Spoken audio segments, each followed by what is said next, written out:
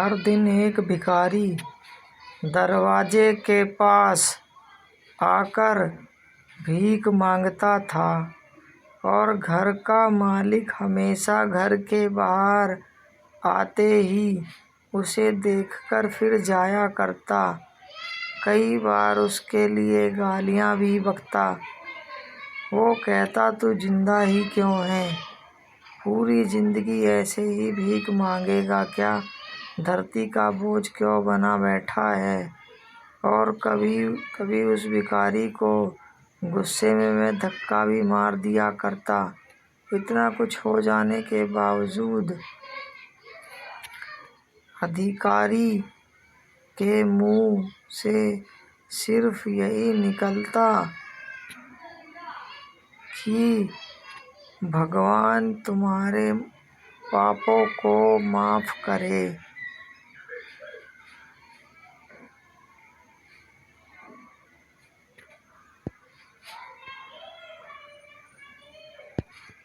एक बार सेठ को धंधे में बड़ा नुकसान होने की खबर मिली।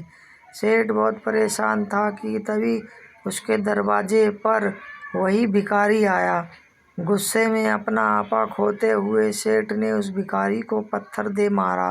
पत्थर लगने के कारण भिखारी का सर फूट गया और उसके घर से खून बहने लगा। फिर भी दर्द से कराहते हुए भिखारी ने इतना ही कहा, भगवान तुम्हारे पापों को माफ करे। भिखारी वहाँ से चला गया। सेठ सोच में पड़ गए। भिखारी को पत्थर मारा, फिर उसने सिर्फ प्रार्थना की। सेठ का गुस्सा शांत हुआ। सेठ का मन शांत हुआ। भिखारी का रहस्य जानने के लिए सेठ ने भिखारी का पीछा शुरू कर दिया।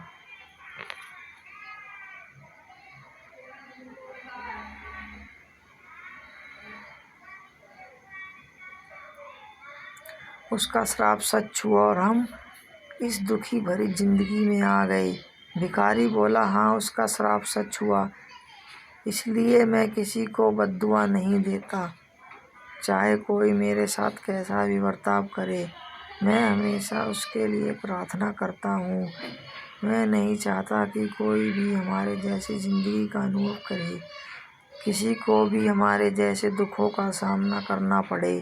वो नहीं जानते कि वह कितना बड़ा पाप कर रहे हैं, इसलिए अनजाने में हुए पाप की ऐसी सज़ा किसी को भी नहीं चाहता मिले। सेठ वहीं पर छुपकर यह सारी बातें सुन रहा था। अब उसे सब समझ में आ गया था। भिखारी और उसकी पत्नी ने वह आधी रोटी मिल बांटकर खाई और भगवान को धन्यवाद बोलकर सो गए। और उससे भी बुरा हमने उस अंधे भिखारी के साथ किया। हमारे द्वार पर भीख मांगने आया करता। बूढ़े आंखों में आंसू आ गए थे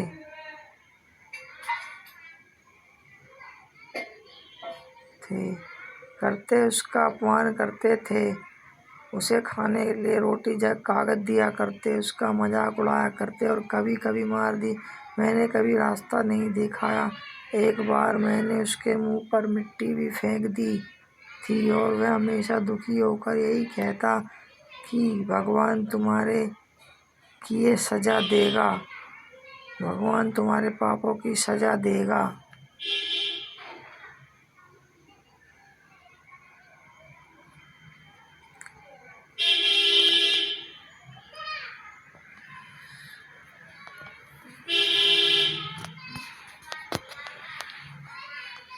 पत्नी ने अपने पति के भीख मांगने वाले कटोरे में देखा, उसमें सिर्फ आधी बासी रोटी थी।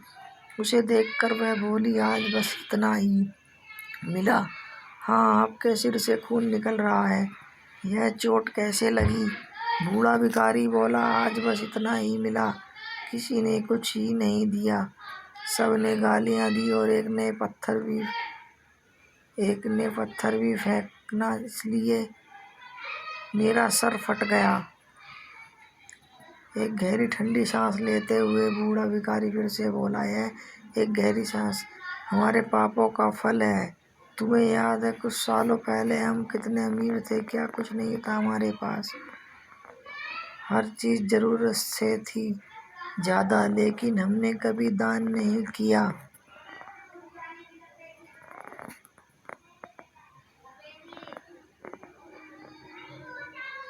भिखारी जहाँ जहाँ जाता सेठ उसके पीछे जाता।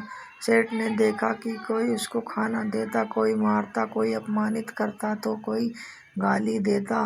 लोग भिखारी के साथ चाहे जैसा व्यवहार करते, लेकिन भिखारी सबके लिए एक ही प्रार्थना करता, भगवान तुम्हारे पापों को माफ़ करे। आज रात होने को आई थी। भिखारी अपने घर जाने के लिए लौटा। वो अपने घर पहुंच गया, लेकिन सेठ अब भी उसका पीछा कर ही रहा था। एक पुरानी टूटी हुई खटिया पर एक बूढ़ी औरत लेटी हुई थी, काफ़ी कमज़ोर और बीमार लग रही थी। वह भिखारी की पत्नी थी। अपने पति को वापस आता देख वह खाट से उठ खड़ी हुई। अगले दिन बड़ा भिखारी फिर से भीख मांगने गया। सेठ के लिए घर के पास जाते हैं। सेठ ने पहले से गरम रोटियां उसके लिए निकाल कर रखी थी। उसे देते हुए सेठ विनम्रता से बोला, माफ़ कर दीजिए बाबा, उसे बहुत बड़ी गलती हो गई। भूखा भिखारी बोला, भगवान तेरा भला करे। इतना कहकर वह आगे निकल गया। इस कहानी से जो सीख लेने लायक है वह बड़ी ही सिंपल है, यानी साधारण है। हमें कभी किसी को सताना नहीं चाहिए। भगवान सिर्फ कर्मों के हिसाब से उसको फल देता है। क्या हुआ अगर भगवान नहीं दिखता, लेकिन वह बात बिल्कुल सच है। उसके खाते में सबका हिसाब बहुत पक्का होता है। इसलिए जब किसी के लिए कुछ भी नहीं करो तो अच्छा